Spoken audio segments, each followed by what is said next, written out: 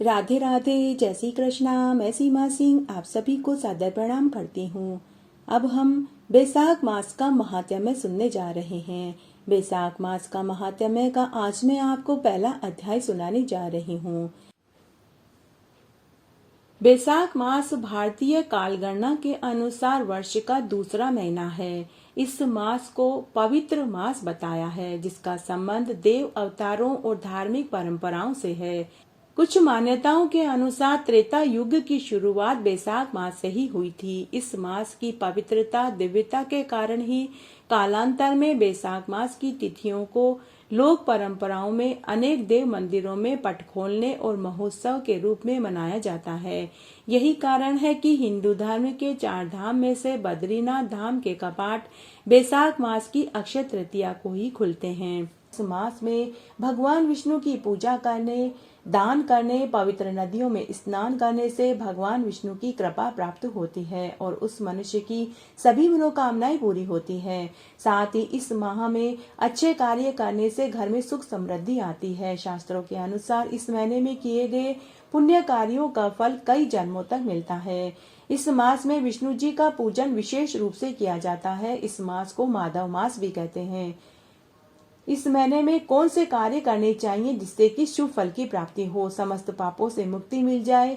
बैसाख मास विष्णु और शिव जी की पूजा के लिए उत्तम बताया गया है। मान्यता है कि इस मास में भगवान विष्णु और शिव जी की पूजा करने से मनुष्य के सभी कष्ट दूर हो जाते हैं और जीवन में खुशहाली आती है।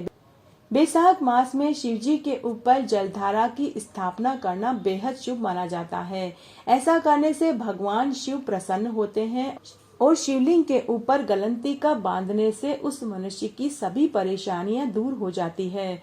बैसाख मास में सोमवार के दिन स्नान करने के पश्चात भगवान भोलेनाथ को जल और दूध से अभिषेक करना चाहिए। जो मनुष्य ऐसा करता है उसकी समस्त बाधाएं दूर हो जाती है और भगवान शिव का उसके ऊपर हमेशा प्रेम बरसता है। बैसाख के महीने में तुलसी जी की पूजा अवश्य करनी चाहिए। इसका अपना विशेष महत्व है। भगवान विष्णु को तुलसी बहुत अधिक प्रिय है, इसलिए इस महीने में तुलसी पूजन करने से विष्णु जी की कृपा प्राप्त होती है। इस महीने में तुलसी जी को जल चढ़ाना चाहिए, दीपक अगरबत्ती करना चाहिए और भोग चढ़ाना चाहिए। बैसाख के महीने में पीपल के पेड़ की भी पूजा करनी चाहिए। पीपल के पेड़ में पितरों का और भगवान विष्णु का वास होता है। बैसाख महीने में विशेष कृपा प्राप्त करने के लिए पीपल के पेड़ की पूजा अवश्य करनी चाहिए। इसके लिए पीपल में नियमित रूप से जल चढ़ाना चाहिए और संध्या के समय दीपक करना चाहिए। बैसाख के महीने में प्यासों को पानी पिलाना चाहिए। जगह जगह पर प्याऊ खुलवानी चाहिए। पशु पक्षियों के लिए पानी की व्यवस्था करनी चाहिए। पक्षियों के लिए परिंदे बांधने चाहिए और जानवरों के लिए हौद की व्यवस्था करनी चाहिए।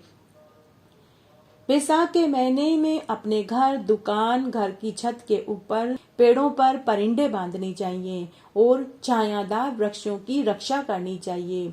इस महीने में जरूरतमंद लोगों को हाथ का पंखा और बिजली का पंखा दान करना चाहिए। अन्न दान करना चाहिए, वस्त्र दान करना चाहिए, जूते चप्पल दान में करने चाहिए।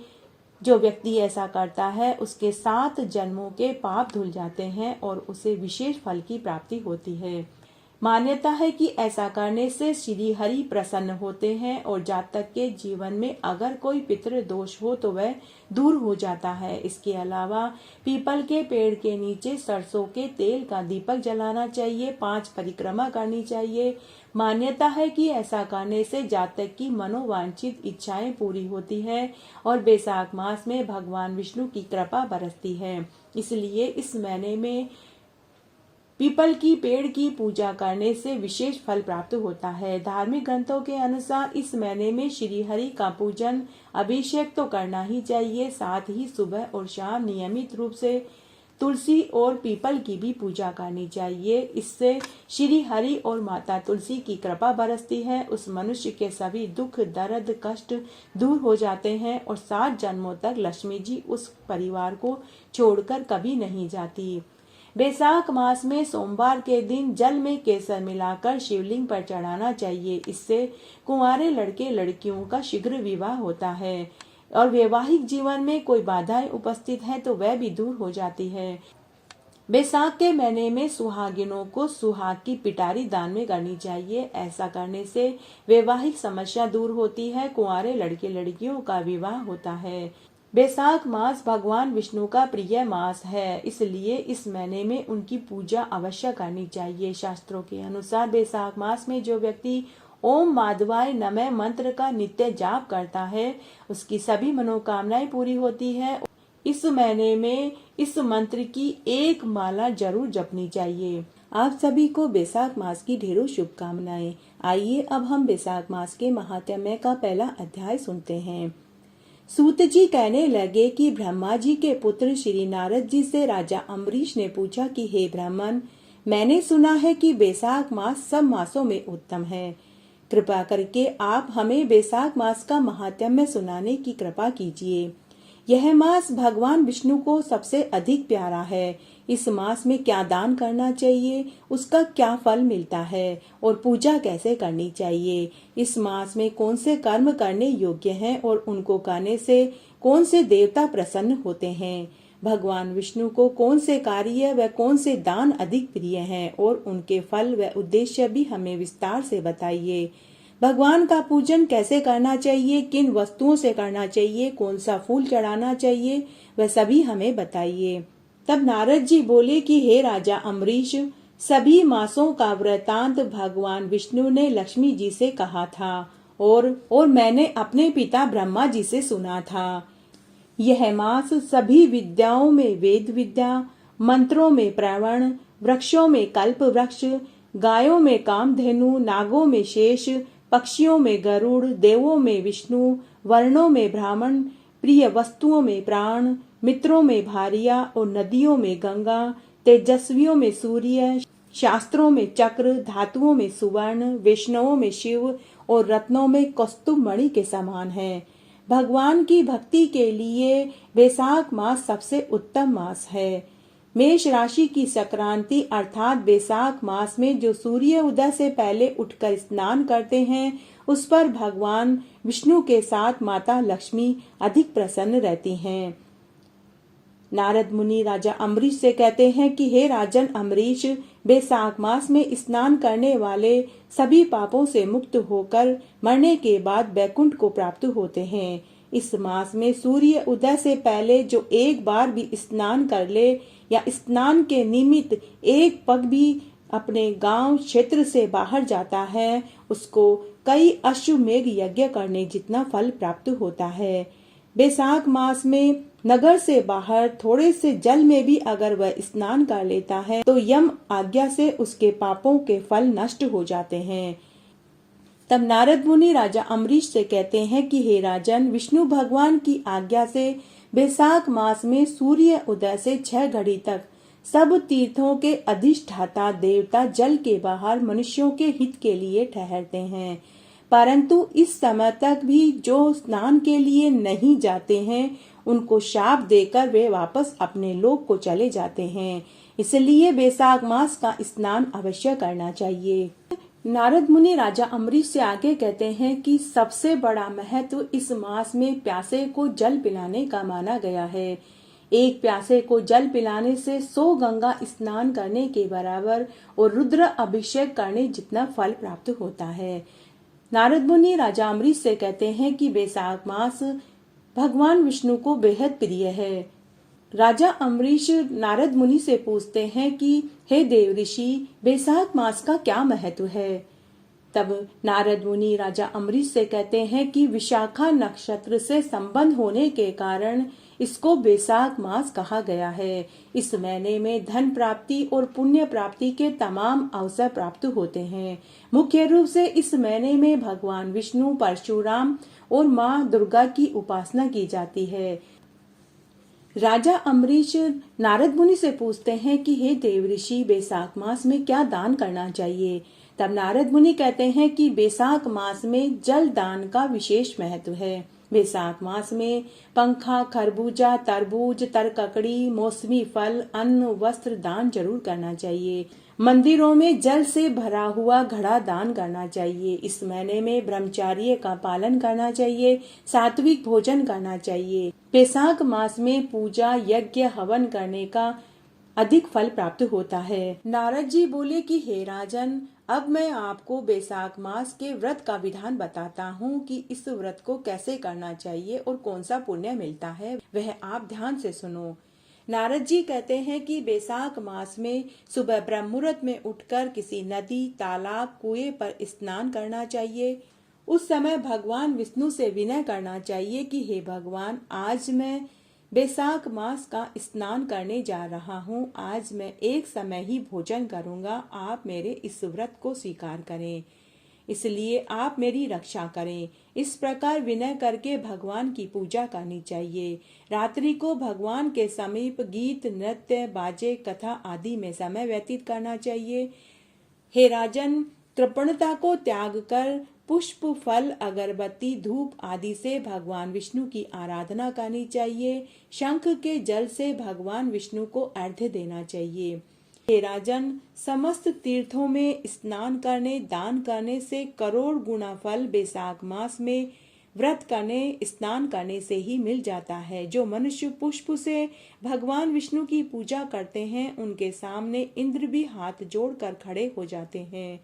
बैसाख मास में भगवान शिव को वील पत्र से पूजा करनी चाहिए। जो मनुष्य बैसाख मास में भगवान शिवलिंग के ऊपर वील पत्र चढ़ाते हैं, उन्हें मरने पर मोक्ष की प्राप्ति होती है।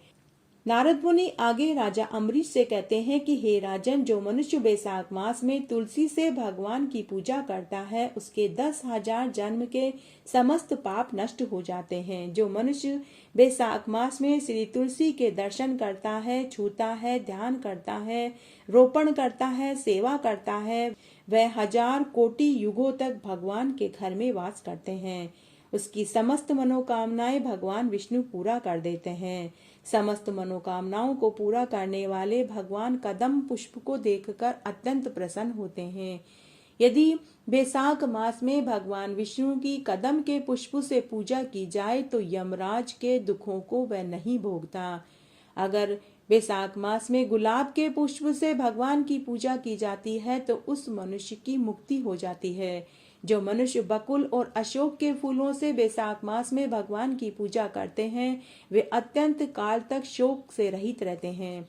जो मनुष्य विष्णु भगवान की सफेद और लाल कनेर के फूलों से पूजा करते हैं, उन पर भगवान विष्णु अत्यंत ही प्रसन्न हो जाते हैं। जो मनुष्य बैसाख मास में विष्णु भगवान की दुर्वा दल से पूजा करते हैं, वे पूजा के फल से भी 100 गुना फल अधिक पाते हैं। जो भगवान की समीपत्र से पूजा करते हैं, वे भयानक यमराज के मार्ग को सफलता से पार कर लेते हैं। जो मनुष्य बैसाख मास में चंपक पुष्प से भगवान की पूजा करते हैं, वे आवागमन के चक्र से छूट जाते हैं। नारद मुनि राजा अम्बरीश से कहते हैं कि हे राजन, जो मनुष्य स्वर्ण का बना हुआ केतकी पुष्प भगवान पर चढ़ाते हैं, उनके करोड़ों जन्मों के पाप नष्ट हो जाते हैं। जो मनुष्य भगवान को पीले और रक्त वर्ण कमल के सुगंधित फूलों से पूजा करते हैं, उन्हें श्वेत दीप में स्नान मिलता है। नारद मुनि आगे राजा अम्बरीश से कहते हैं कि हे राजन, जो मनुष्य बैसाख मास में व्रत के साथ में सम भोजन करने से पहले रोज बैसाख मास में एक ब्राह्मण को भोजन करा के दक्षिणा देता है, उसका तो वर्णन ही नहीं किया जा सकता। जो मनुष्य बैसाख मास में गाय दान करता है, गुरु की पूजा करता है, ब्राह्मणों को यथाशक्ति दक्षिणा देता है, उस मनुष्य के फल की तो आशा भी नहीं की जा सकती।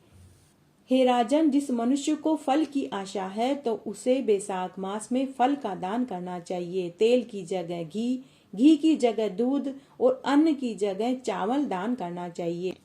हे राजन, जो मनुष्य बैसाख मास में भूमि शयन करने का प्रण करता है तो उसे बैसाख मास की समाप्ति पर शैया दान करनी चाहिए।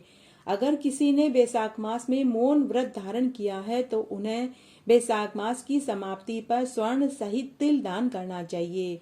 जो मनुष्य बैसाख मास में ढाडी, मूछ बाल नहीं कटवाता तो उन्हें दर्पण दान करना चाहिए। जो मनुष्य बैसाख मास में उपनह धारण नहीं करते हैं तो उन्हें बैसाख मास की समाप्ति पर उपनह दान करना चाहिए।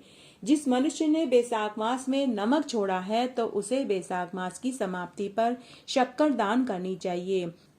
नारद मुनि राजा अम्बरीश से आगे कहते हैं कि हे राजन, जिन मनुष्यों ने पूरे बैसाख मास में देव मंदिरों में दीप जलाया है तो उन्हें स्वर्ण या तांबे के दीपक में घी और बत्ती सहित दान करना चाहिए। जो मनुष्य बैसाख मास में अपनी प्रिय वस्तु को छोड़ते हैं और फिर पुनः ग्रहण करना चाहते हैं तो उन्हें उस वस्तु को ग्रहण करने से पहले बैसाख मास की समाप्ति पर उस वस्तु का दान करना चाहिए, उसके बाद ही उसे ग्रहण करना चाहिए। जो मनुष्य ऐसा करता है वह इस लोक में सुख और मरने पर स्वर्ग पाता है।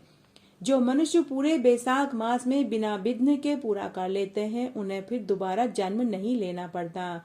जिन मनुष्यों का अकारण अनायास व्रत खंडित हो जाता है तो वे नरक के भागी होते हैं। जो मनुष्य बैसाख मास के महात्म्य को सुनते हैं, पढ़ते हैं, सुनाते हैं तो उन्हें गोदान करने जितना फल मिलता है।